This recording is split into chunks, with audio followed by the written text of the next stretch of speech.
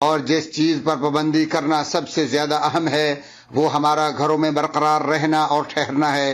برادران اسلام، اچھی طرح جان لیں کہ اس وائرس کے انتشار و پھیلاؤ کے زمانے میں گھروں سے قطعی طور پر نہ نکلنا ہی اللہ تعالیٰ کے حکم کے بعد ایک ایسا اہم ترین دفاعی ہتھیار ہے جس سے ہم اپنا اور اپنے ملک کا دفاع کر سکتے ہیں۔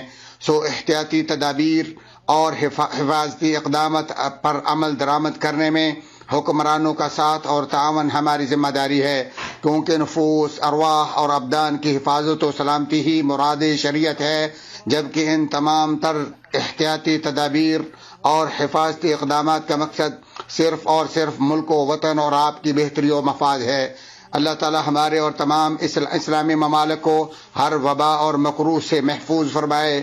خوش رہو، خوشی پھیلاؤ، ہمیشہ اچھی فعال لو، پر امید رہو، رونے دھونے، خوف و ہراس پھیلانے اور افراتفری سے اجتناب کرو۔ باوثوق ذرائع جیسے سکیورٹی ادارے، وزارت صحت اور دیگر متعلقہ اداروں کے علاوہ لوگوں کی مایوس کن افواہوں اور جھوٹی موٹی خبروں پر کان نہ دھرو۔ اے اللہ ہمارے اور تمام اسلامی ممالک کو ہر شر و مکروہ سے محفوظ فرما۔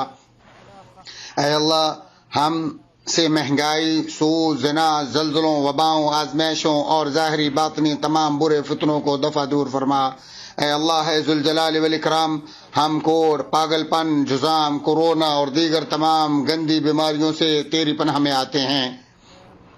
ہم اس اللہ کے مضبوط حفاظتی قلعے میں پناہ حاصل کرتے ہیں جس کے علاوہ کوئی معبود برحق نہیں، جو ملک، ملکوت، عزت و جبروت کا مالک ہے۔ نیز ہمارا توکل و بھروسہ ایک ایسی عظیم ذات پر ہے جسے موت کا کوئی اندیشہ نہیں۔ شیخ عبد الرحمن السدیس، امام کعبہ، ان کے بیان کا اردو ترجمہ ہم نے آپ کو سنوایا۔